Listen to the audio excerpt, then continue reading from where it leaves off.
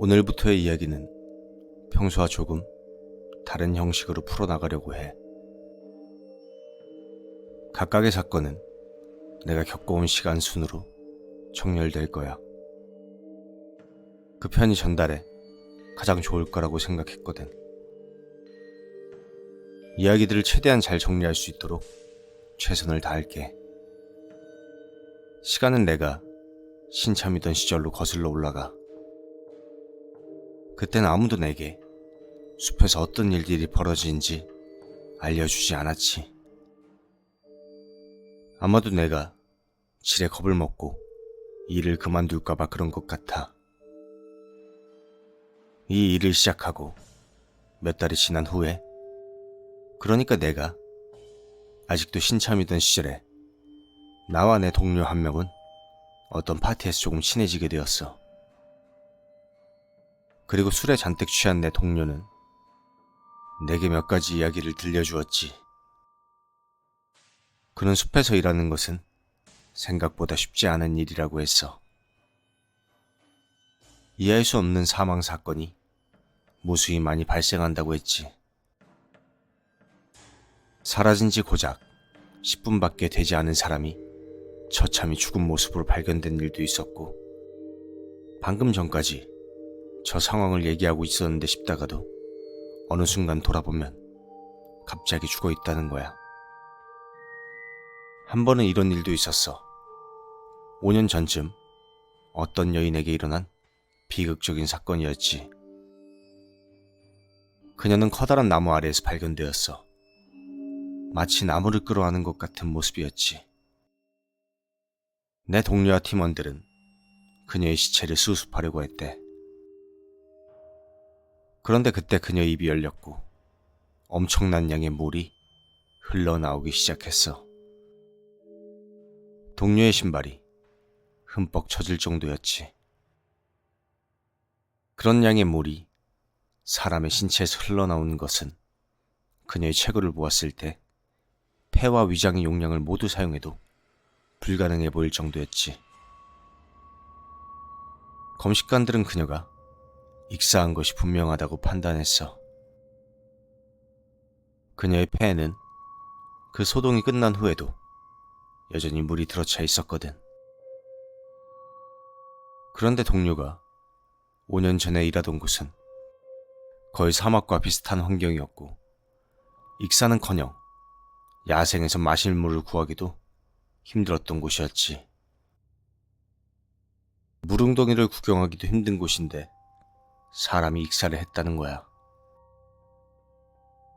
동료는 그 여인이 변태적인 살인자에게 살해당했을 가능성을 인정했어. 하지만 범인이 평범한 인간이라고 해도 여전히 그 사건이 기묘하다는 사실은 바뀌지 않았지. 누군가 사람을 죽이고 싶다면 훨씬 간단한 방법이 있잖아. 하지만 그 살인자는 그런 묘한 현장을 만들어내기 위해 과도할 정도의 노력을 기울였지.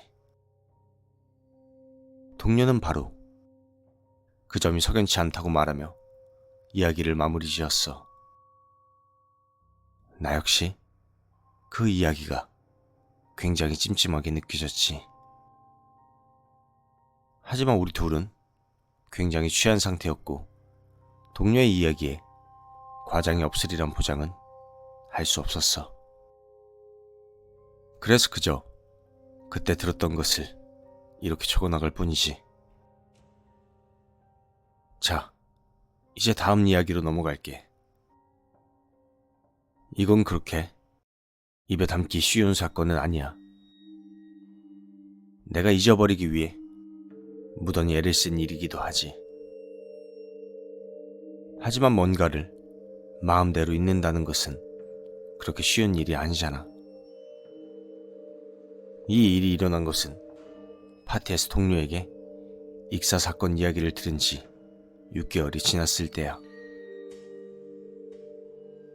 다행히 동료에게 그런 기괴한 사망 사건 이야기들은 후에도 반년 동안이나 자신이 직접 그런 일을 겪은 적은 없었지.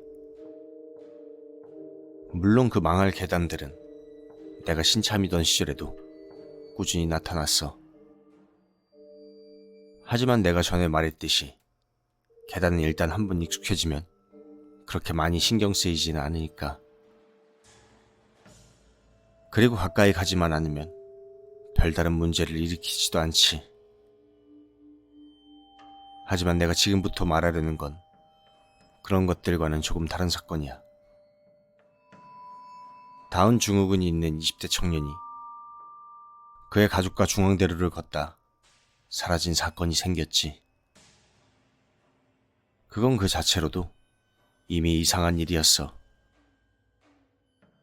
왜냐하면 그 청년은 절대로 그의 어머니 근처를 떠나는 일이 없었거든. 청년의 어머니는 그가 납치된 것이 분명하다고 했어. 우리는 당황한 그녀를 진정시키고 실종된 청년에 대한 정보를 얻어내기까지 많은 시간을 보내야 했지. 그리고 나서야 본격적으로 수사에 착수할 수 있었어. 청년이 혼자서는 제대로 된 판단을 내릴 수 없는 상태라 우리는 매우 급박하게 움직였지. 관할 경찰서에서도 도움을 주기 위해 사람들을 증원해 주었어. 하지만 첫날 밤엔 아무런 소득도 없었지. 그 청년이 혼자서 밤을 보내고 있는 것을 생각하면 가슴이 미어졌었지.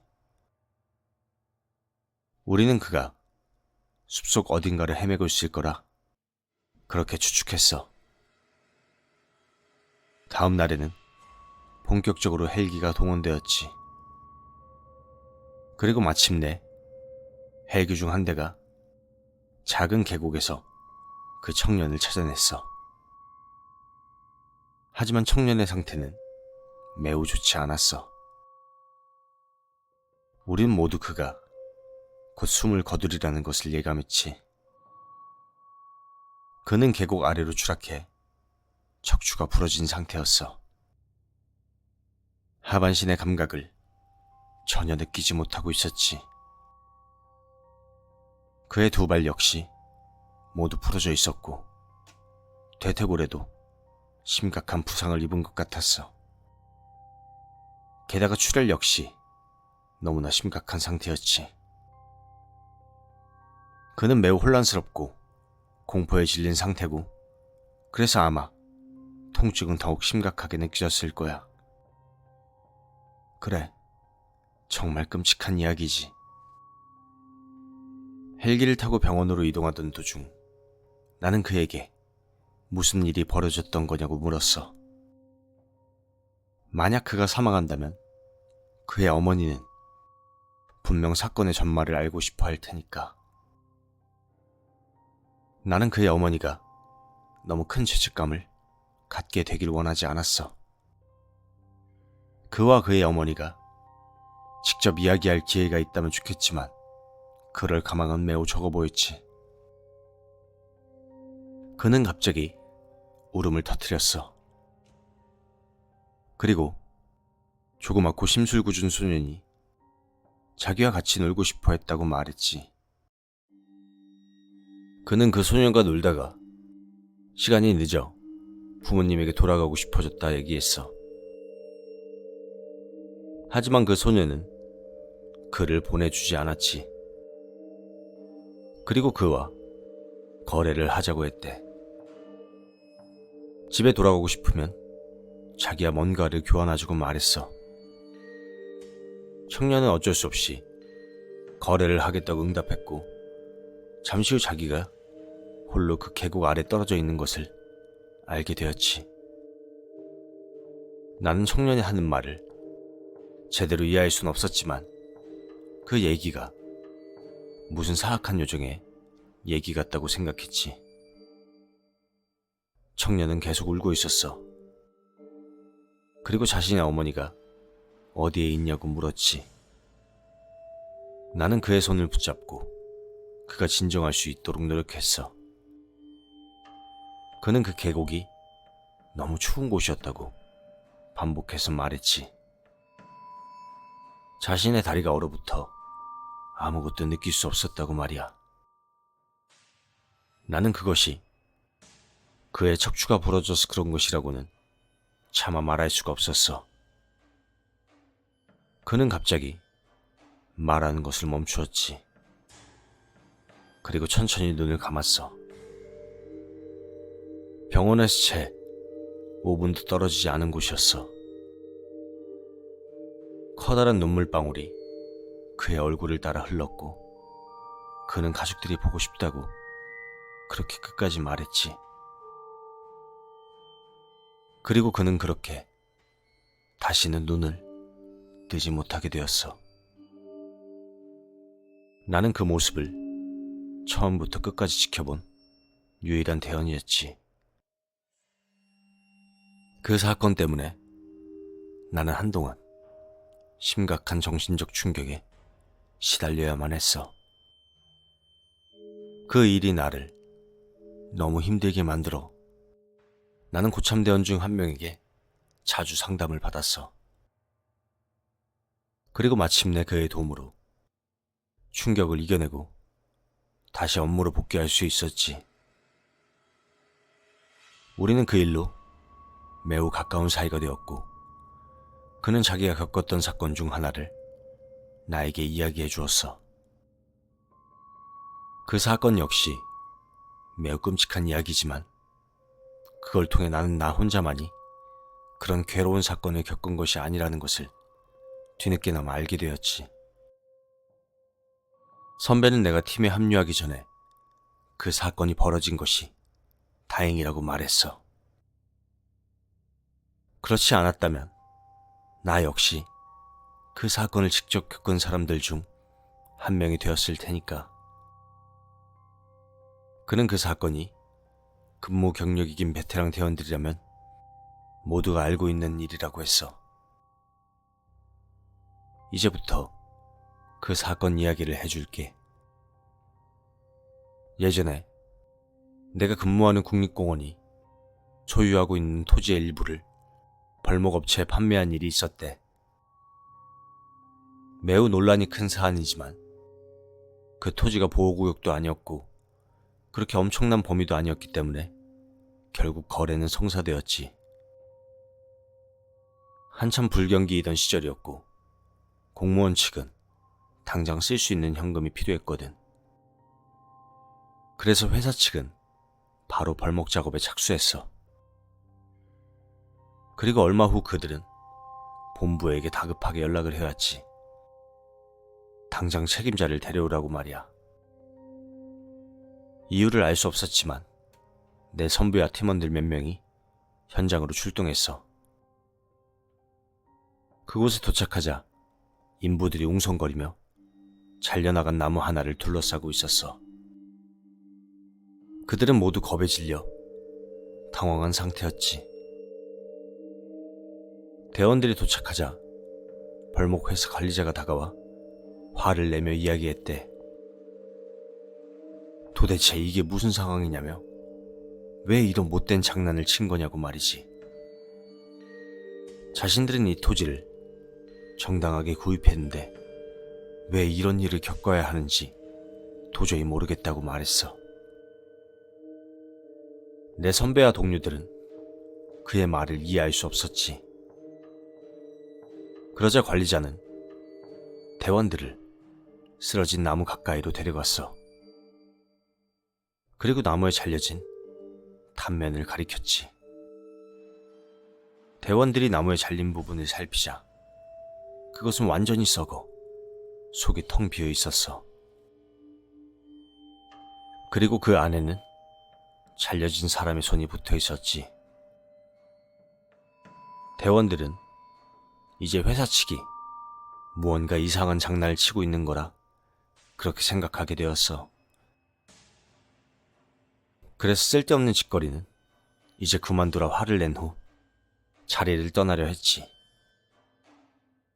그러자 관리자는 대원들에게 거기 가만히 있으라고 소리치고 변명은 경찰이 도착하면 마음껏 하라고 말했어. 만약 협조하지 않으면 당장 매스컴에 이 사건을 알리겠다고 성난 목소리로 덧붙였지. 대원들은 어쩔 수 없이 경찰들이 오기를 기다렸어. 이윽고 경찰이 도착했고 그들은 경찰의 질문에 성심성의껏 대답하기 시작했어. 하지만 자신이 나무 안에 손을 넣었다는 사람은 아무도 없었어. 사실 누가 커다란 나무 안을 순식간에 비워내고 거기에 잘려나간 손 하나를 붙여놓을 수 있겠냐고.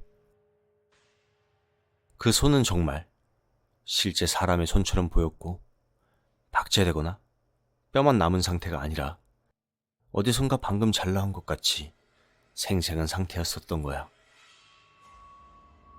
벌목회사 직원들도 그 나무 속의 손이 자신들의 소행이 아니라고 진술했어. 결국 경찰은 나무를 더 작은 조각으로 잘라내고 그 안에서 손이 붙어있는 부위를 수거한 뒤 현장을 폐쇄했어. 그리고 꽤 큰 규모의 조사가 펼쳐졌지만 결국 범인을 찾아내는 일에는 실패하고 말았지. 선배의 이야기는 거기서 끝났어. 벌목회사는 결국 해당 구역에서 철수했다고 해. 거기서 일을 하겠다는 인부들이 한 명도 없었기 때문이지. 요즘 같은 지독한 자본주의 사회에서도 미스터리한 일은 아주 꽤나 큰 힘을 발휘하고 있나 봐. 다음 이야기는 세미나에서 만난 남자에게 들은 이야기야. 최근에 현장 대응 세미나에 다녀온 적이 있거든. 거기서 무서운 이야기를 하나 듣게 되었어. 우리가 밤에 캠프파이어를 피우고 둘러앉아 있을 때 나는 어떤 남자와 대화를 하게 되었지. 그 남자의 이름은 윌이었고 윌과 나는 서로 알고 있는 이야기들을 주고받았어. 지금부터 윌이 해준 이야기를 들려줄게. 예전에 윌과 다른 대원이 한밤중에 숲속을 조사하고 있었대. 캠핑객들에게서 어디선가 계속 비명소리가 들린다는 신고가 들어왔기 때문이지. 둘은 구역에 쿠거라도 한 마리가 어슬렁거리고 있을 거라 생각했대. 그놈들이 우는 소리는 꼭 사람의 비명소리처럼 들리니까. 그 해에만 벌써 3마리의 쿠거가 캠핑객들을 괴롭혔던 차였고 윌은 그 짐승들을 쫓아내는데 질려버릴 지경이었지. 윌은 애초부터 쿠거를 좋아하지 않았어. 울음소리가 너무 크고 어딘가 섬뜩한 구석이 있어서 말이지. 그는 쿠거들이 마치 징그럽고 거대한 고양이 같은 느낌이라고 말했어. 그렇게 숲을 조사하던 윌과 다른 대원들은 결국 숲의 한 구석에서 쿠거의 둥지처럼 보이는 곳을 찾아냈어. 그들은 거기에 문제의 쿠거가 있을 것이라 확신하고 있었어. 윌은 본부에 무전기로 연락을 했고 본부 측은 뭔가 쿠거의 활동을 증명해 줄 것을 가져오길 바랬어. 하지만 윌의 눈엔 마땅한 것이 보이지 않았고 윌은 따로 인원을 보내서 둥지를 파보던가 말던가 하라고 퉁명스럽게 대답했어. 자기가 할 일은 거기서 끝이라고 말이야. 어차피 쿠거의 둥지일 게 확실한데 굳이 그 안으로 들어가서 쿠거의 대변이나 만지작거리기는 싫었던 거였지. 무전이 끝나고 윌과 함께 있던 대원은 소변을 보기 위해 숲 안쪽으로 들어갔고 윌은 혼자 남아서 근처의 나무 아래 기대어 앉아 있었어. 그리고 그때 갑자기 숲 저편에서 시끄럽게 부스럭거리는 소리가 들려오기 시작했어. 윌은 잠시 동료 대원이 돌아오는 것인가 생각했지만 소리는 동료 대원이 간 방향과 정확히 반대편에서 들려오고 있었지. 윌은 자리에서 일어나 자신의 권총을 뽑아들었어. 그리고 장전을 마치고 소리를 질러 동료를 부르는데 소변을 보러 얼마나 깊숙이 들어간 건지 아무런 응답도 들려오지 않았대. 윌은 계속 소리가 들리는 방향으로 총구를 겨눈 채 주의 깊게 그쪽을 살피고 있었어. 도대체 무엇이 이 한밤중 깊은 숲속에서 자신을 향해 다가오는지 확인하기 위해서 말이야.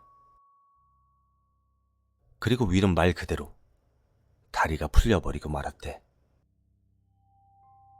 어떤 남자가 자기를 향해 빠른 속도로 달려오고 있었는데 그 남자는 물구나무를 선 상태였던 거야. 그 상태로 나무 덩굴이나 숲을 같은 것들을 벌쩍벌쩍 뛰어넘으면서 정확히 윌을 향해 달려오고 있었지. 윌은 그 남자를 향해 당장 멈추라고 소리를 지르면서 그렇지 않으면 총을 발포하겠다고 매우 강렬하게 경고했대. 하지만 남자는 아랑곳하지 않고 계속 달려왔어. 그리고 윌은 결국 이성을 잃고 말았지. 윌은 그 남자의 근처를 향해 위협사격을 시작했어. 어쩌면 직업을 잃는 것뿐 아니라 감옥에 갈 수도 있는 아주 위험한 행동이었지. 하지만 윌은 그 남자가 자기 곁에 다가오지 못하도록 필사적으로 막고 싶었대. 마침내 윌이 한 탄창을 다 비워내자 남자는 윌의 50야드 근처에서 갑자기 방향을 바꾸더니 물구나무를 선 상태 그대로 다시 숲 안쪽을 향해 돌아가기 시작했대. 그때 윌의 동료가 총소리를 듣고 윌에게 달려오게 되었고 도대체 무슨 일이냐고 소리를 쳤지. 윌은 어떤 미친 사람이 물구나무를 선 채 펄쩍펄쩍 뛰어 자기에게 달려왔다고 사실대로 말했어. 윌과 동료는 잔뜩 소름이 끼친 채 그 구역에서 도망치듯 빠져나왔지. 다행히 윌은 그 야간 사격 때문에 큰 공경에 처하지는 않았대. 하지만 그 거꾸로 뒤집어진 채 펄쩍펄쩍 뛰는 사람의 모습이 자꾸만 떠올라 한동안 거의 알아누워 있었다고 하더군. 지금까지 내 이야기에 귀를 기울였던 사람이라면 분명 숲에선 심상치 않은 일들이 생긴다는 것을 알게 되었을 거야. 나는 그 정체에 대해 해명해주거나 아니면 최소한 어떤 가설이라도 제시해줄 순 없어. 나 또한 그것들에게 그저 휩쓸리고 있을 뿐이니까. 하지만 내가 언제나 말하고 싶은 것은 그런 것들에 최대한 멀어지려 노력하라는 거야. 숲에 나올 일이 있다면 항상 안전을 최우선으로 생각하고 조금 심각한 겁쟁이처럼 모든 것을 경계하도록 해. 너희 중에 누군가는 분명 혈기왕성할 거고 호기심 많은 사람일 거야. 하지만 분명한 사실은 네가 힘이 세건 아니건, 네가 똑똑하건 똑똑하지 않건 언제나 죽음은 숲 안에서 다음 희생자를 찾아 몸을 웅크린 채 기다리고 있다는 거야. 죽거나 다치거나 혹은 실종되거나 그런 일들은 우리의 상상보다 너무 쉽게 생겨나곤 하지. 괜히 우쭐거리면서 잔소리를 한 것 같아 미안해. 하지만 그냥 이걸 내 작은 팁이라고 생각해줘. 이 끝없이 넓은 숲 안에서 실제로 그런 것들을 보고 듣고 겪어온 사람이 주는 작은 충고라고 말이야. 언제나 내 이야기를 재미있게 들어줘서 정말 고맙게 생각하고 있어. 빠른 시일 내로 다음 이야기로 돌아오도록 할게. 그러니 제발 너희 모두 항상 숲에선 조심하라고.